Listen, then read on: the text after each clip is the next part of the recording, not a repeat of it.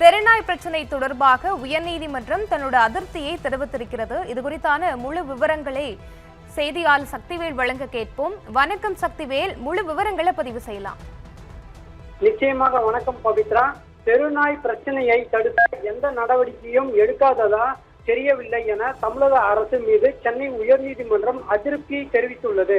தெருநாய்களிடமிருந்து பொதுமக்களை பாதுகாப்பது தொடர்பான வழக்கை விசாரித்த உயர்நீதிமன்றம் 3 நீதிபதிகள் அடங்கிய அமர்வு கல்வி நிறுவனங்கள், மருத்துவமனைகள், பேருந்து நிலையங்கள், ரயில் நிலையங்கள் போன்ற பொது இடங்களில் இனப்பெருக்க கட்டுப்பாட்டு அறுவை சிகிச்சைக்காக பிடிக்கப்படும் நாய்கள் மீண்டும் அதே பகுதியில் விடாமல் பராமரிப்பு மையங்களுக்கு அனுப்ப வேண்டும் என உத்தரவிடப்பட்டுள்ளது.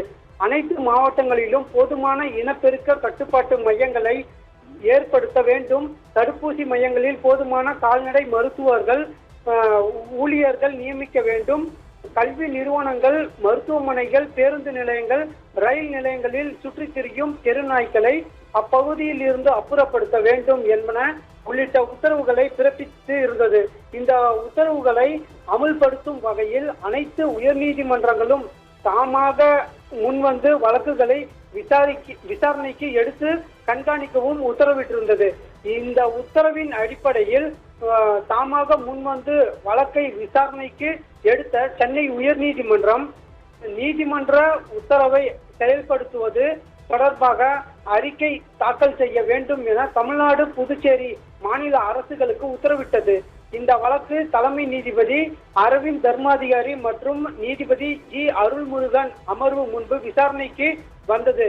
அப்போது அறிக்கையை தயாராக இருப்பதாகவும் அதனை தாக்கல் செய்ய 1 வார கால அவகாசம் வேண்டும் எனவும் அரசு தரப்பில் கோரிக்கை வைக்கப்பட்டது.